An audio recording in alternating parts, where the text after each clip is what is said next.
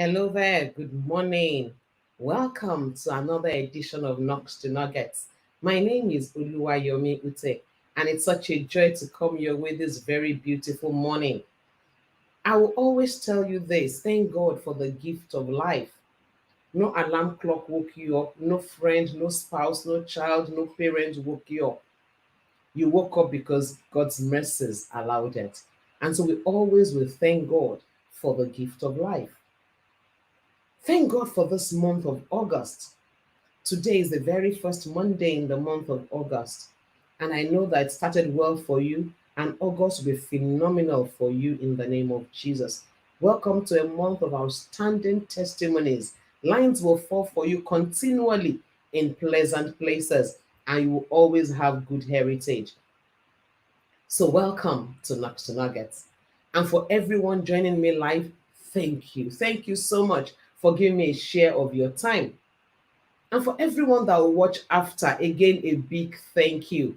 Thank you for allowing me into your space. I want to ask you to please like the video, share it, and let me also have your feedback. I really love to hear from you. It's a beautiful day. So, today we're going to be talking about something I consider so important, and that's nothing but choosing the right school for your child. We're in that time and season when parents are shopping. This time they're not shopping for clothes or for groceries, they're shopping for schools.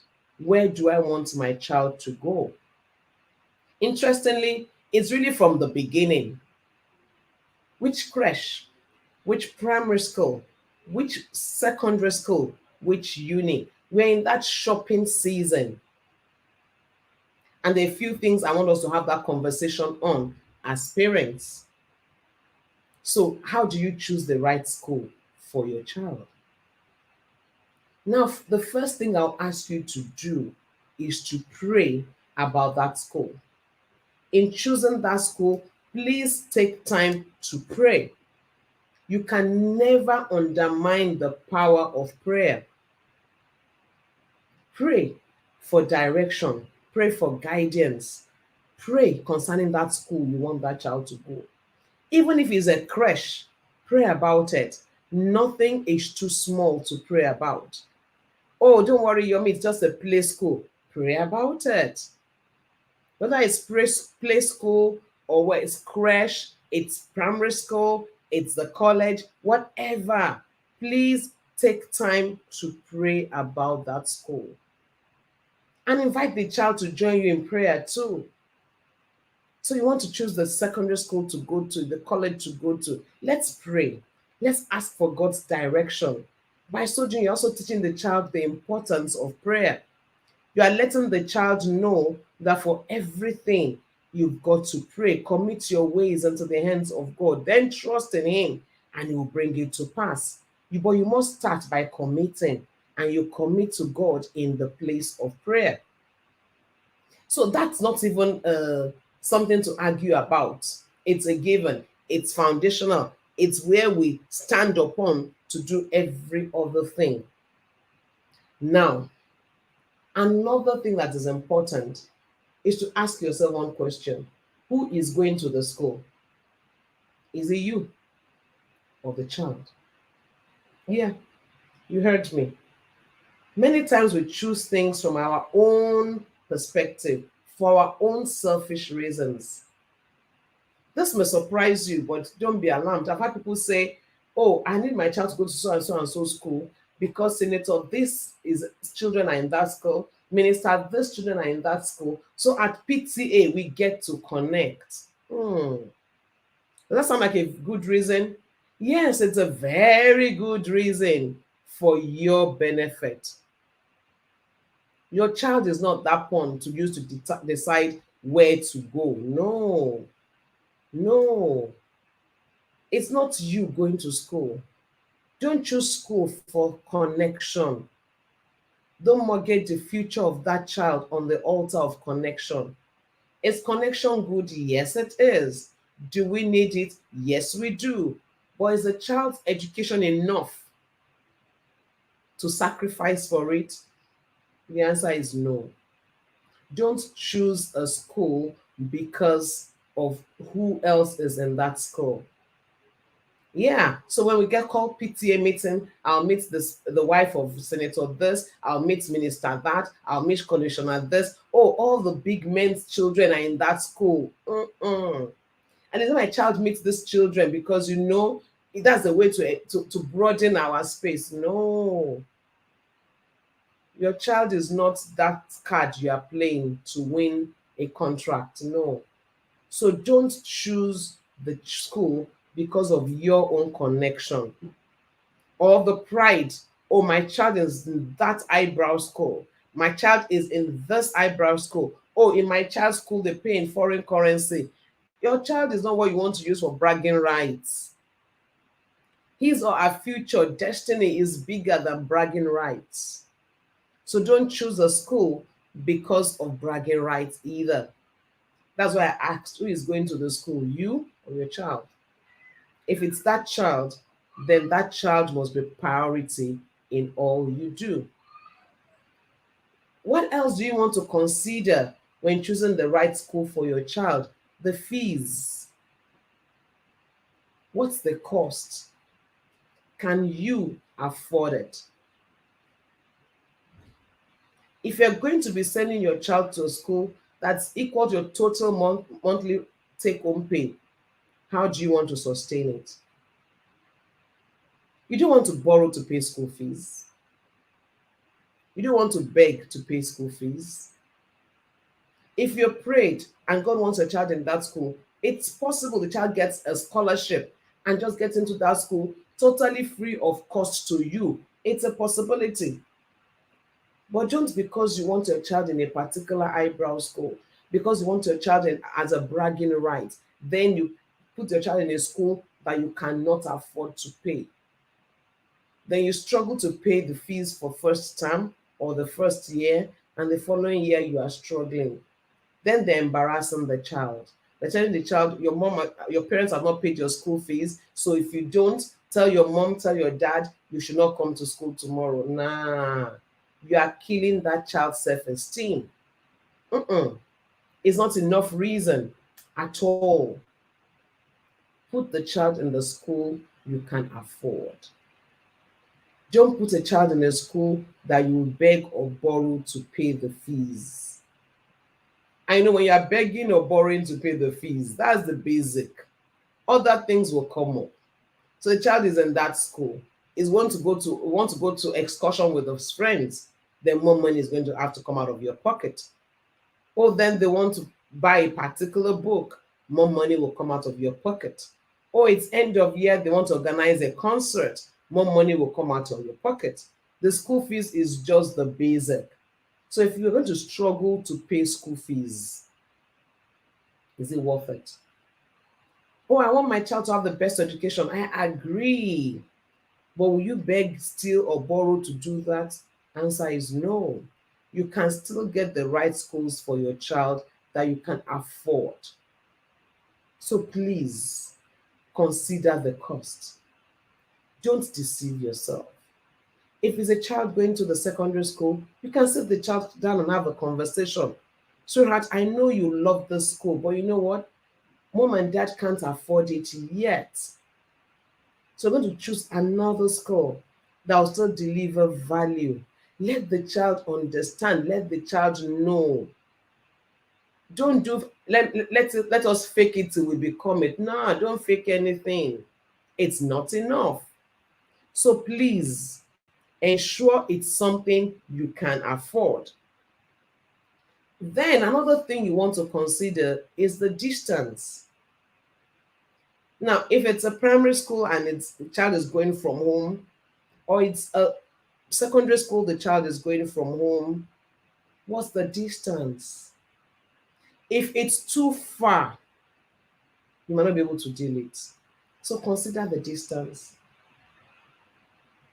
What's distance from home to school? How will the child commute? Do they have a school bus? If they do, brilliant. Is your area of location covered in their in their in their in their in their routes, in their bus routes? Ask those questions. So when you go to the school to go and make inquiry, don't forget to ask those questions. So I live in so so and so place. The school is here. Is there a school bus? Are we along your route? If you're not, you might want to consider something else. Location is very important. Another thing you want to consider is the class size. How many students are in that class? How many students are being committed to one teacher? It looks like not a big deal, but it is. If the children are too many, the teacher cannot cope. What that then means is the child will not get the right attention. So you want to find out. So you are going to those schools and asking questions. Please find out how many students are in that class, in each class. How many teachers do you even have per class? Some schools have a main teacher and a support teacher. Do they? What's it like? What's a regular school day like? Ask. Yes, you need to know. If you know any parent whose child is already in that school, you may engage them to find out their experiences. So another thing is you can compare experiences. So Mr. A's children are in that school. You can find out from Mr. A and Mrs. A, how has it been for your child in that school? Or are they there hoping that please just finish this school and come out? We don't want to change schools for you, but we are tired. Find out the experiences. If you know anyone whose child is there, find out. Find out even from the child, if you can, how is your school? What do you like about your school? What do you not like about your school? Some things off the cuff are just red flags. Oh no, I don't like that school. The teacher will always beat us and tell us if you tell your parents, you would see. You want to pinch yourself and tell yourself that's something you want to consider. Do I still want my child here? Oh, at school, our teacher is always telling us to sleep because she's tired, she's busy, she's this, she's that. She has other things she wants to do. You want to pinch yourself and say, is that the school I want my child to be in? Interact with the children, interact with the parents if you know any for that school, and get an idea of what exactly happens in the school. Then you want to find out, is it all about books? Are there extracurricular activities? Do they teach music? Do they teach dance? Do they do debates? Do they play games? Are they learning chess? Or the child just going to be a bookworm that all the child knows is read, read, read, read, read? Is it okay to read? Yes, it is. But life is about balance. The child must learn social skills. And there are certain skills that today they are no longer exclusive. Swimming, ballet dancing, music, playing instruments, participating in debates. There are different extracurricular activities schools get involved in. Find out the school, what do they have? Oh, we don't have time for all of those things here. We are so consumed that children coming up with first class, so we don't even get involved in that. All work and no play still makes Jack a dull boy. You need the child to get engaged in extracurricular activities. It's important. What games do they even engage in? Today you have chess tournaments, even for the very young ages. So if they don't have extracurricular activities and it's all about book, today you have coding. You have different things that schools get involved in to broaden the mind of the child. Thank God for the textbooks, but then you want to broaden the mind of the child. So if there are no extracurricular activities, you may want to think again. Then academic support. That's important. Do they have like a career counseling section? Is there somebody, maybe a guide, a career counselor, yes, a guidance, somebody that interacts with those children beyond just teaching them book, that will engage them. So they even notice before you notice that the child is getting distracted in school And they can pull the child and ask, what's going on here? We notice you are getting distracted. What's happening? Do they have things like that that supports the child? Teachers with eagle eyes that will take note. Suddenly you are coming to school every day and you are sleeping. You weren't doing that before. What's going on? How do you find out? I might ask that. How can I find out? In interaction, you would know. If somebody has attention to the little details of your child, or all they are concerned about is the grades. Grades are good, but a child has got to be whole. You want to raise a wholesome child, a child that is total, complete, that can stand the test of time with friends, that will not get somewhere and get timid and is dropping his head and hiding his face and doesn't want anybody to talk to him or her. Those children get easily taken advantage of. They can't speak for themselves. All they're doing is coward. All they're doing, they don't want to see anything. Daddy says, don't talk, I'm not talking. Mommy says, don't talk, I'm not talking. I was told to sit, I'm sitting. Those children get easily taken advantage of. Very easy. So don't give your child room to be in that space. Find out from the school. Interacting with the teachers, the principal, the staff, you'll get to know those things. So you're opening your eyes, you're opening your ears when you're having conversation about schools. Some even do open days. And yes, raising the total child is a task that you don't take lightly. And that's very true. Some schools have open days and they invite you to come see what you're doing. Go see what's happening there. See the interactions and ask yourself, will my child do well here? Because you know that child more than any other person. You've lived with that child up till now. Another thing you want to consider is safety. How safe is the school? Is it gated? Did the children sign in and out when they arrive and when they are going home? Or is it where you just sit down and say, where is the child? I thought I saw her run past now. Did she go out of the gate? Who is at the gate? Oh, there's nobody at the gate. I guess the security man has gone to it.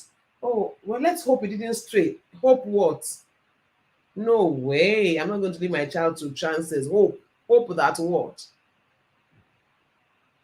You want to find out.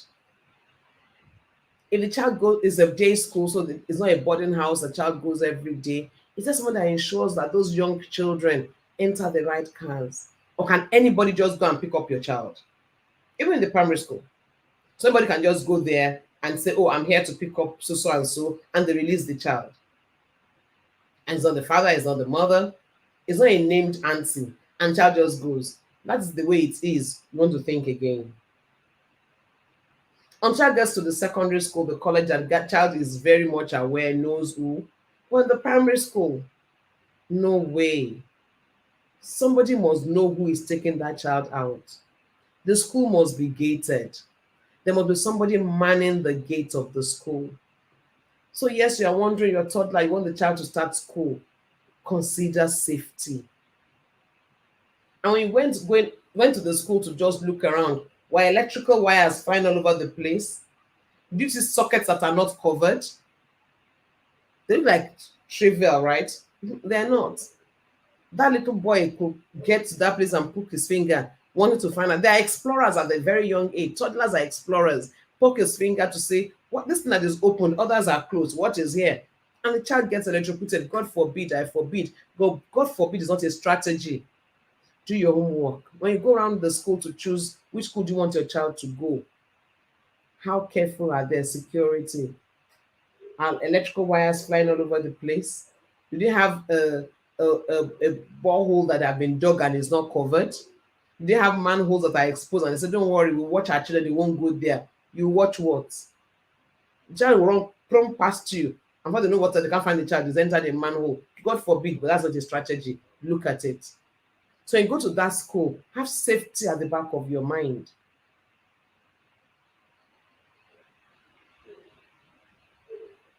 Do they have windows with broken glasses? Any school that cannot take care of their own infrastructure won't have time for your child. If you don't have attention to details, they won't have time for your child. It's important. And if you're a school owner and you are listening to me, those things matter to parents. They tell about your culture, about you, about your organization. If you cannot take care of that broken glass, will I leave a child with you? I won't. Do they have restrooms for each of those classes? Or all the entire school of 500 children are using two toilets? Mm, yeah, it matters. So you're shopping for a school. You're not just looking at grades. You just score the A's and the B's and the A pluses. Also look at all of these things. Then if it's a college, you have internship opportunities where during the long holiday from a certain class, children can go in for internship and have a taste, a feel of the world around them. Yes, we're in that time and season where you are not just a child anymore. Learning to take responsibility is what we teach from day one. So a school with internship opportunities would be amazing. Remember, we started with prayer, but haven't ticked all those boxes, you come back to the place of prayer. So, okay, these three schools, or these four schools, or these two schools, I've ticked all those boxes. Lord, where? Which school? If it's a school you can't afford, please don't even bring it into your list. If it's that school where it's everybody is going there because of whose child or whose children are there, don't. The fact that the school is paying so much for school fees does not make it the best of schools. Sometimes in this part of the world, we equate quality with cost. And we think the more expensive something is, the better it is in quality and in value. It's not true. Quality is not equal to cost. Some of the schools that you pay so much for don't even deliver quality. You come up with entitled children. Children that would demand and say it is my right. They're so entitled, even you, the parent, you are struggling to cope. Is that what you want to raise? Is that the kind of a thing you want? I'm sure not.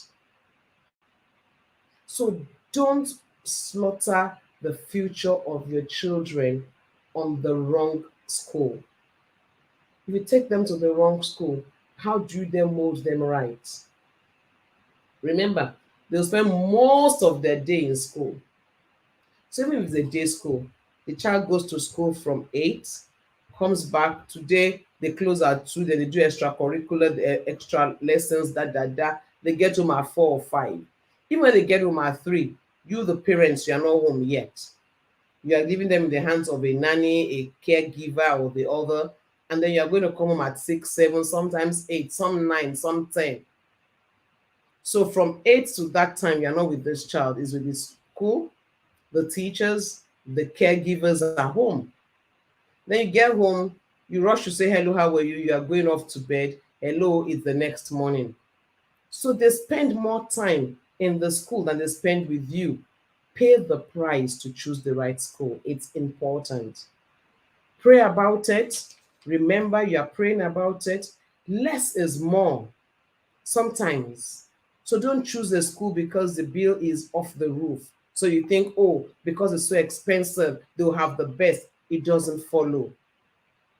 Don't choose a school to fulfill your own dreams or desires. Oh, I wanted to go to so and so school when growing up, but my parents could not afford it. Now my child must. It doesn't have to. Don't choose a school because you want to satisfy your own pride. My child is going to so and so school. No. Don't choose a school because you meet senator this and minister that and commissioner that at the PTA level. No. Don't choose a school whose fees you cannot afford. No. Consider the location of the school. Consider the class size. Do they have extracurricular activities? Is there support for the children? Do they have counselors? Do they have career guidance? What's the safety like and security? For the higher grades, is there internship opportunity for that child? Those are the things you want to consider. Remember, train a child in the way that he should go, and when he's old, he will not depart from it. The formative years of the children are very important.